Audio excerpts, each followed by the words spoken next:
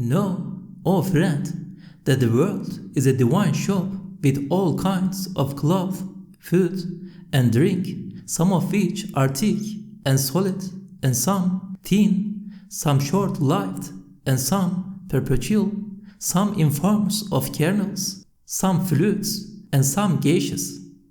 Some are woven from nothing and created, others are fashioned through manifestations of the relevant divine name or names. Most philosophers have gone astray by seeing the existence of all as self-necessitated and so confuse creating with fashioning. Know, O friend, that when associating partners with God in a veiled form arising from human egotism is solidified and condensed, it turns into associating material causes with God. First of all, human ego sees itself as the originator and the real cause of its successes, or attributes its successes only to itself. If this continues, it changes into attributing nothing to God with respect to its life. Beyond that, it changes, may God save us from such a state, into atheism. Know, O friend, that seeking light within darkness by remaining under the carnal soul's influence and making that state one's nature causes severe pain and shows disrespect to and defilement of light. Instead, leave darkness and look toward light once you are away from it, not from within it. Know, O friend, that humanity was created to open and unveil the treasuries of divine names and attributes, be a luminous sign guiding to God, receive and reflect divine manifestations, be a light-giving moon reflecting eternal power, and a mirror for the manifestations of eternal beauty. Humanity has gained greater refinement and purity and become more polished by undertaking the trust refused by the heavens, earth, and the mountains. One requirement of undertaking this trust is that people should be a unit of comparison to understand God's all-encompassing attributes. The human ego, which becomes a dark point through heedlessness and associating partners with God, should be a switch to turn on those attributes' lights. Contrary to these essential functions, why and how do most people become veils and barriers? People are charged with opening. Why and how do they close? They must illuminate. Why and how do they darken? They must believe in God's oneness. Why and how do they associate partners with Him?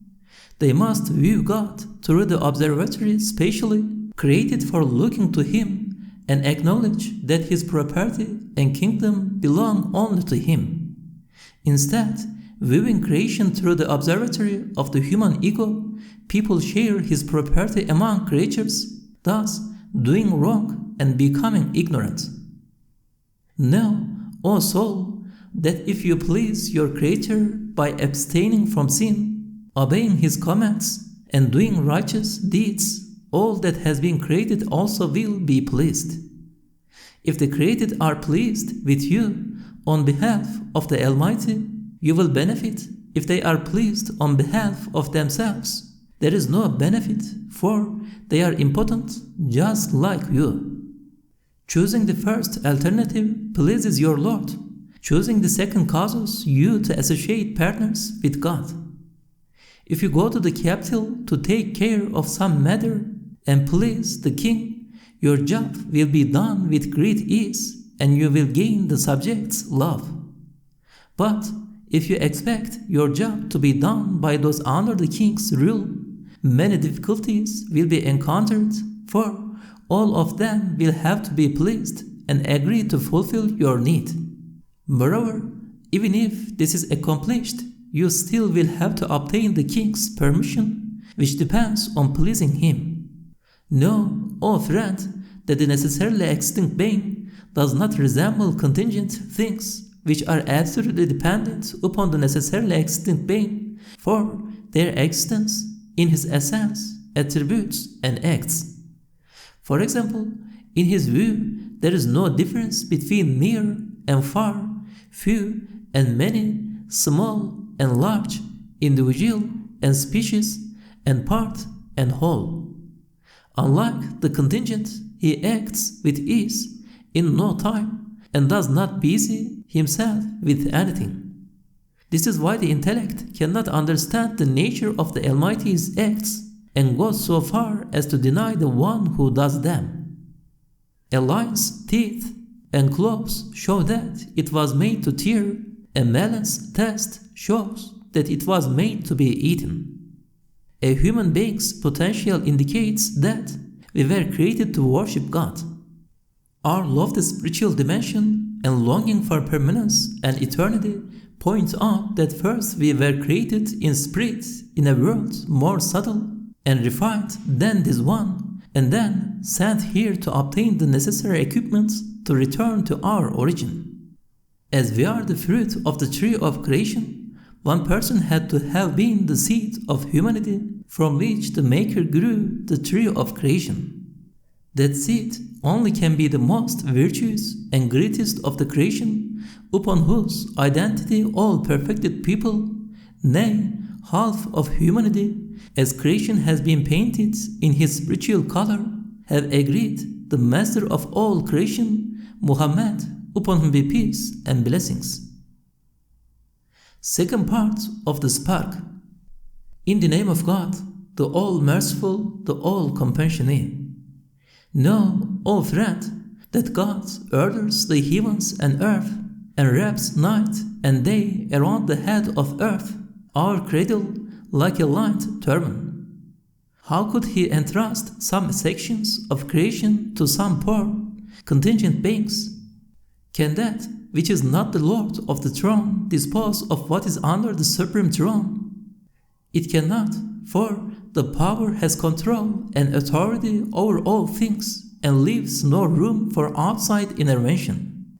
Besides, the honor and dignity of his absolute authority and independence, as well as his will to be known and loved, do not allow others to be a veil between him and his creation or a nominal means to attract God's servants to themselves.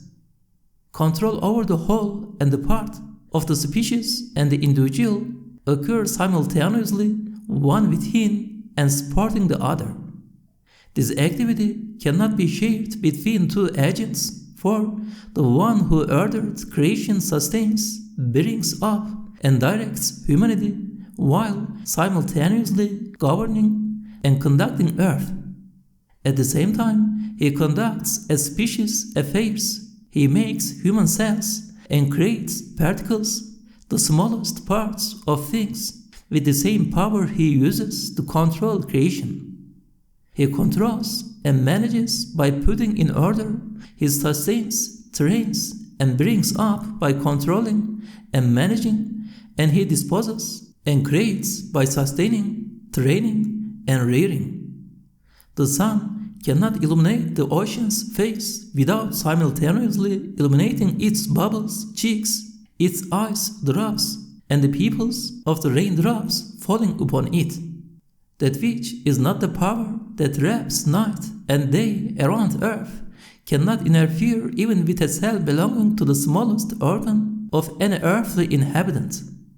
The one who made, fashioned, and ordered a fly's mind and a microbe's eye also has your actions recorded in a clear notebook and will call you to account for them. Know, O friend, that the absolute disposal, all-encompassing power, and all-seeing wisdom observed in every creature and particle, together with all they relate to and what happens around them, are clear evidences and manifest signs that the Maker of all things has no partner. There is no division, separation, or distribution in his power. If a contingent being were the Maker, there would be division, separation, and sharing in his control and executing his power and will. Therefore, it is absolutely necessary that the Maker is one and that his existence is necessary. There is no limit to or division in his power which operates according to the measures of his destiny and rides on its lines. Know, O friend, that small animals are more intelligent, more sophisticated in structure, and more subtle in art than large ones.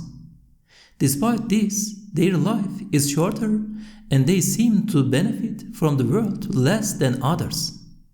This clearly shows that the Maker can create everything with ease and that he does not specially busy himself with any of them.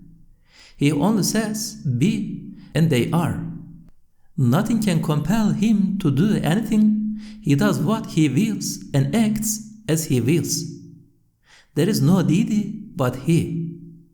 Know, O friend, that the sun's image reflected in a bubble is both a part of the bubble and a tiny, individual sun bearing the real sun's attributes.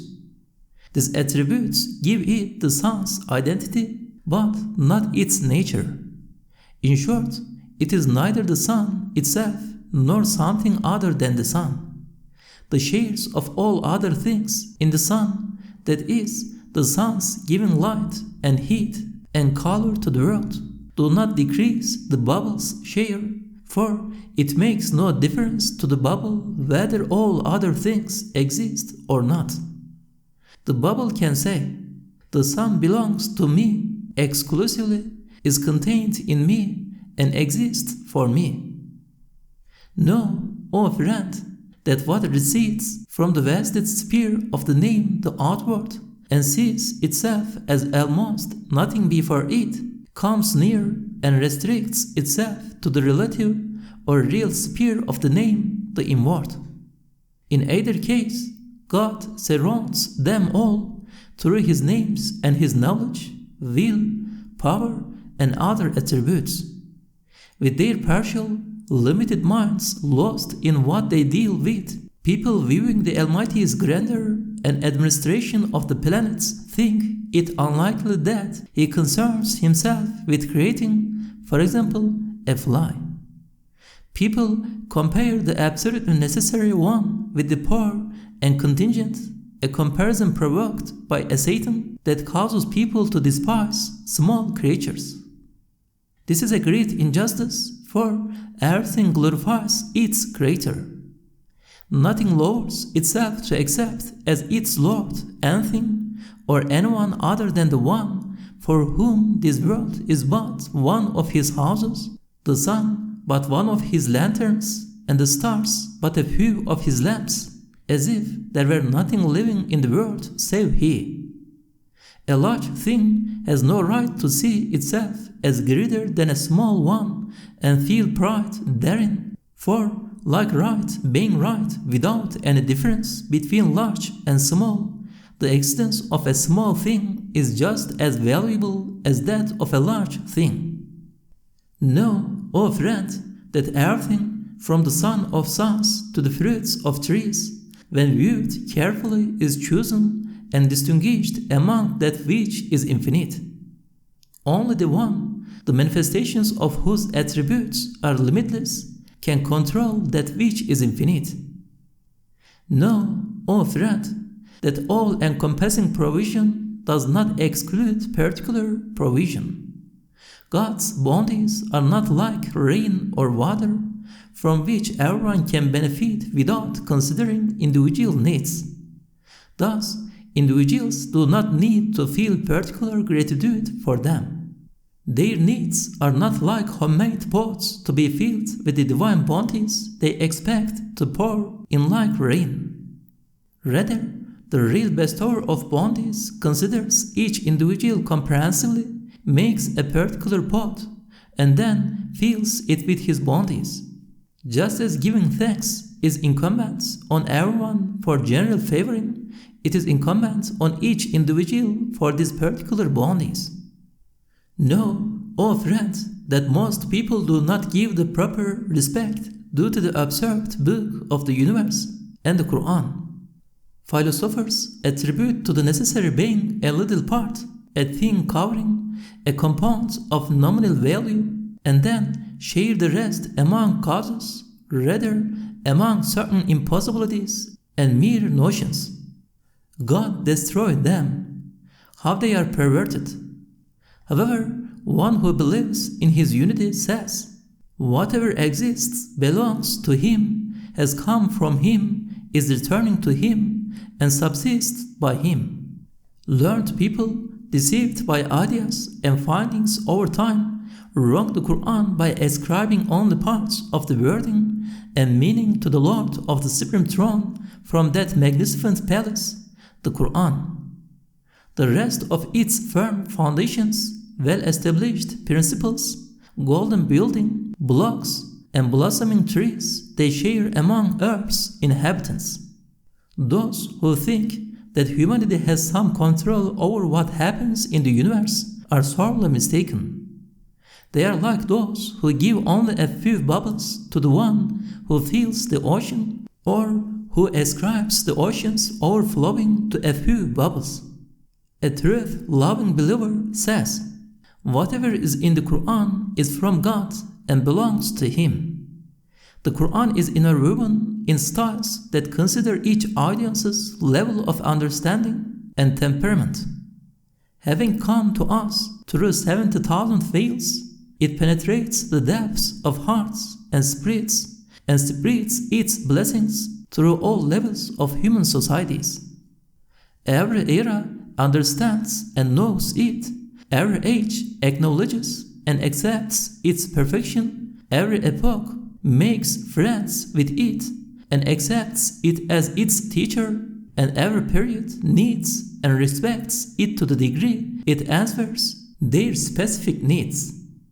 The Qur'an is not a superficial, shallow book, rather it's a bottomless ocean, a shining sun, a profound guidance.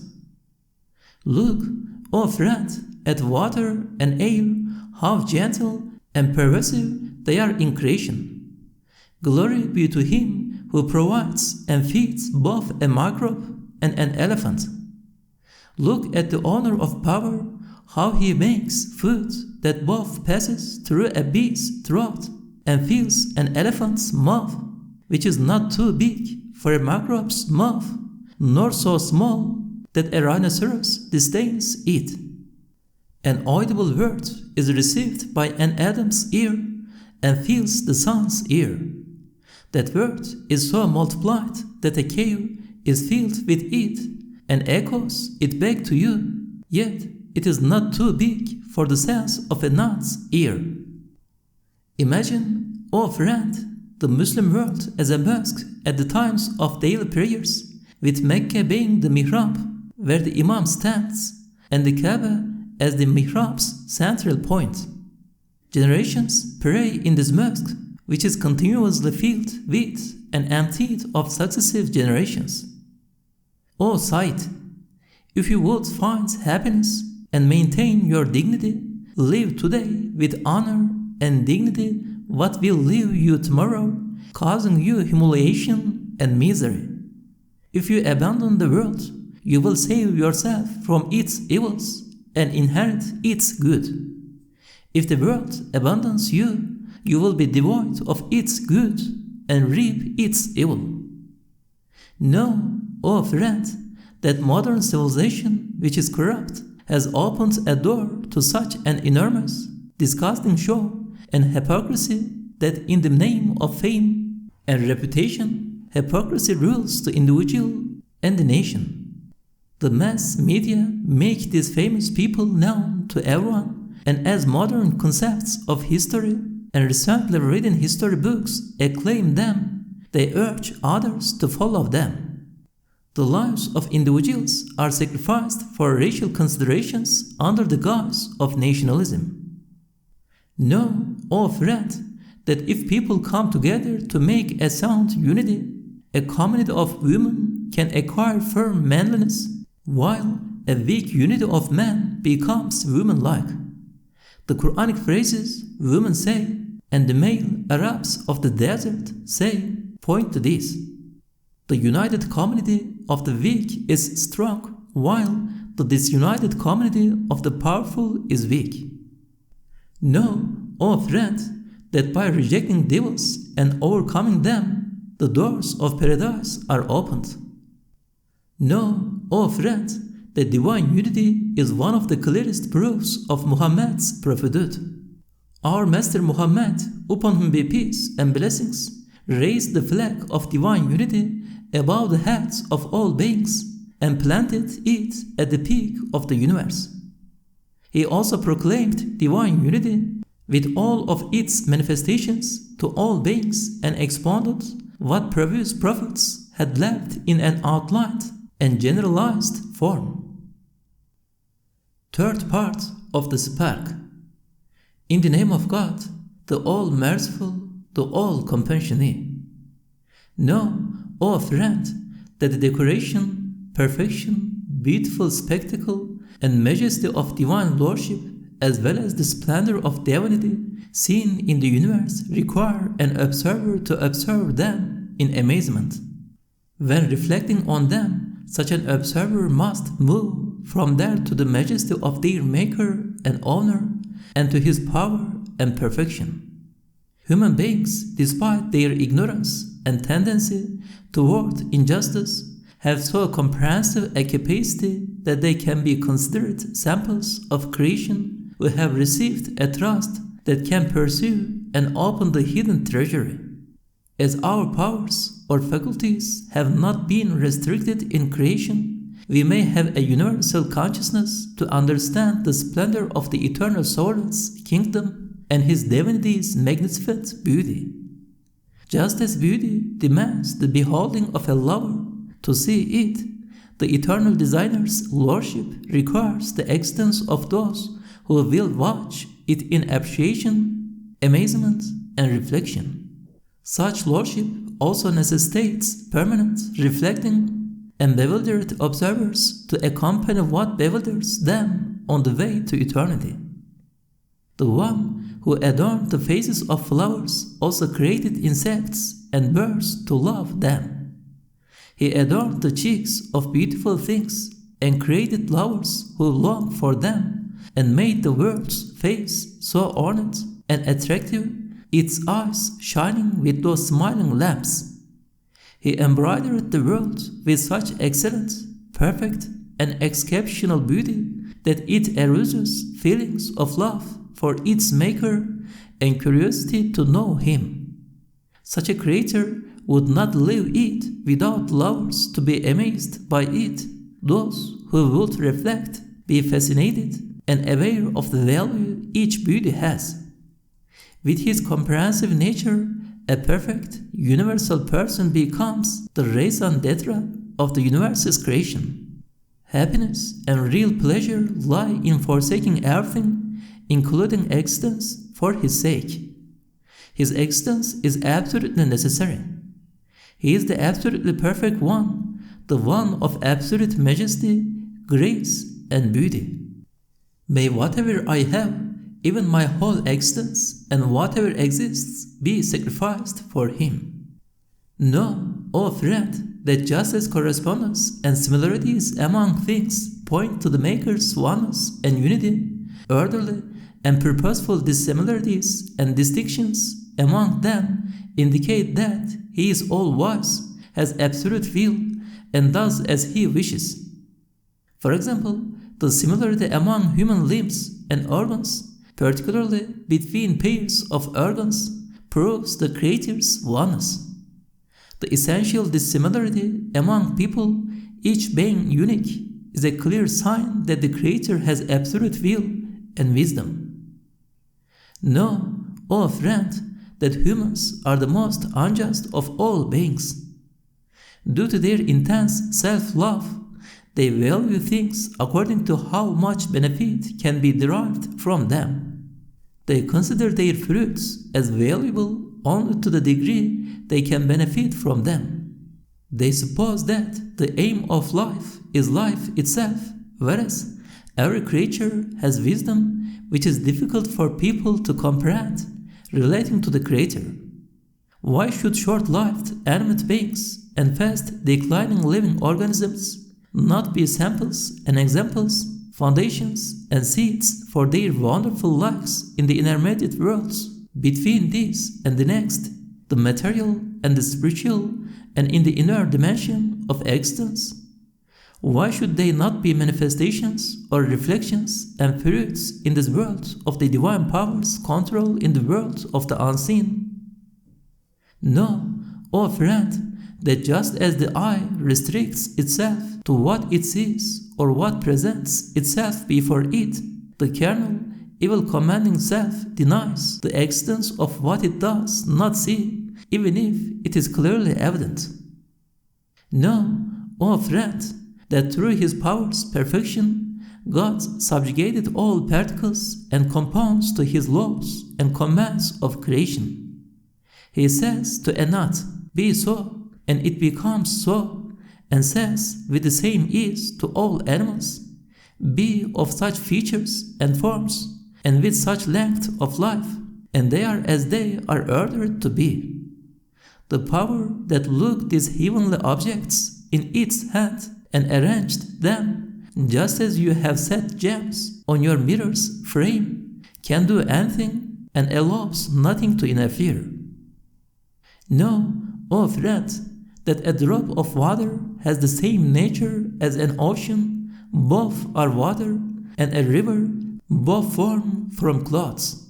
The sun's image in a drop has almost the same identity as the sun, and a minnow belongs to the same species as a shark, both are fish.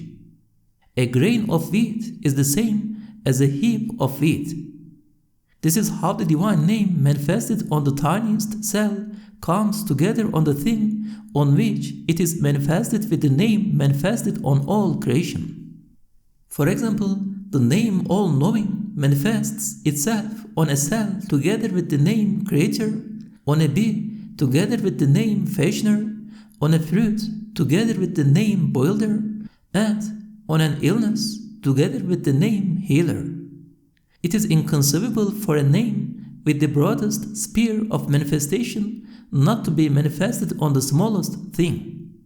Know, O friend, that inertia, motionlessness, inactivity, and renewal mean a kind of death or non-existence for a contingent thing, for its life and survival depend on activity and constant renewal. Non-existence is pain and evil. Activity is a great pleasure, and renewal through change brings great good.